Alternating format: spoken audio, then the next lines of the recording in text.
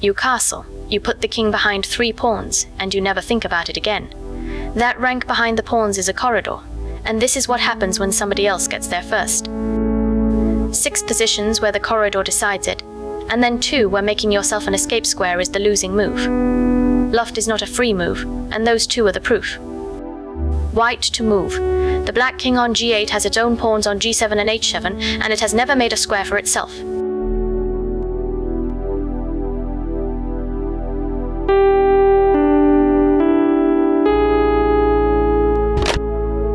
Pushing the g-pawn. Slow, and it hands black the time to make a hole for that king.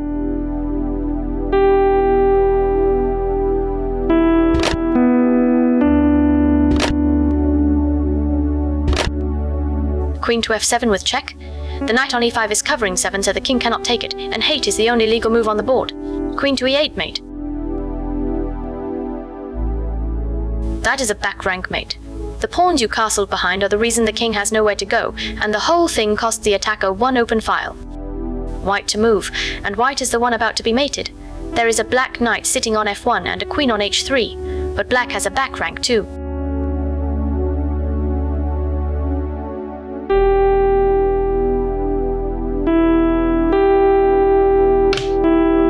Anything slow and white is mated in 2. This is not a position where you get a free move.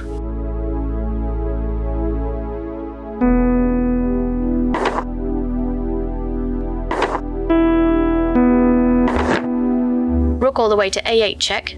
Rocking on c8 is the only legal move there is, and white just takes it. Mate, because f7, g7 and h7 are all black pawns. Black to move. The white king on g1 is behind 3 pawns, and it has its own knight on h1 as well. The rook on a1 is the only thing covering that back rank.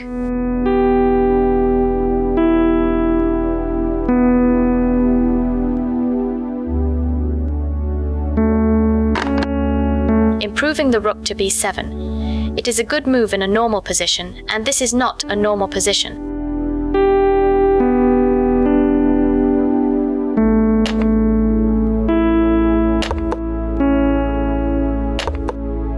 Queen to b1, offering herself to the rook. Taking is the only legal move there is, and it drags the last defender off the back rank.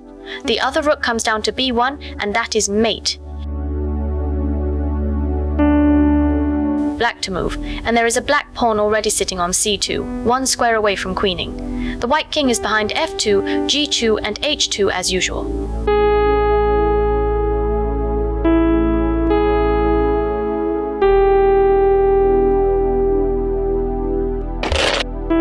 Taking the free bishop on e4. It genuinely does win a piece, and it throws away something far bigger.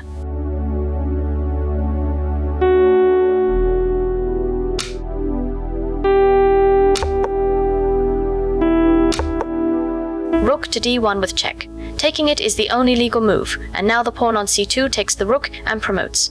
A brand new queen on d1, and it is mate. Black to move. White has a queen on g6 and a knight on g8, and all of that looks terrifying. Look at the white king instead.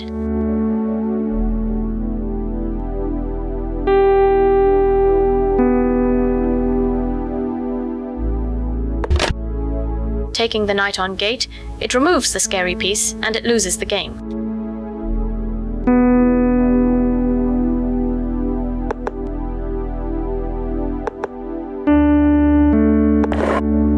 Knight to e2 with check.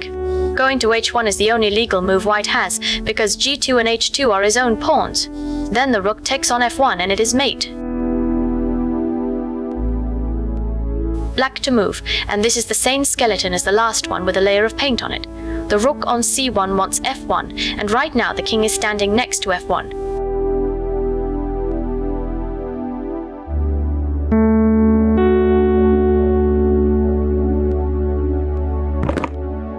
Taking on f1 straight away.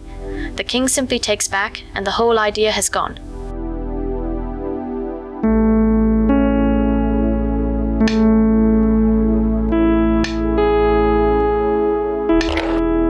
Queen to e3 first, with check. Going to h1 is the only legal move, and now the king is no longer next to f1. The rook takes there, and there is nothing to take it back with. white to move. The king on g1 is behind its pawns, and after 6 positions of this you are primed to make it some heir. Look at the 2 queens first.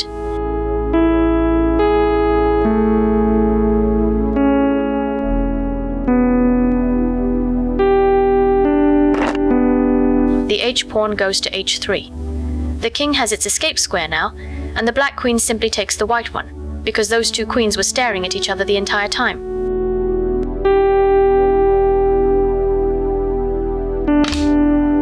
Take the queen. Luft is a real idea, but it is not a free move, and a move spent on it is a move not spent on what is actually happening. Black to move, and this is the last one. The black king on g8 has exactly 1 free square next to it, so giving it some heir looks like the responsible thing to do.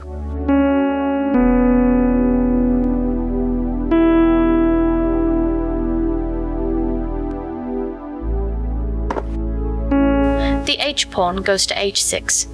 Perfectly sensible back rank hygiene, and it throws away mate in 1.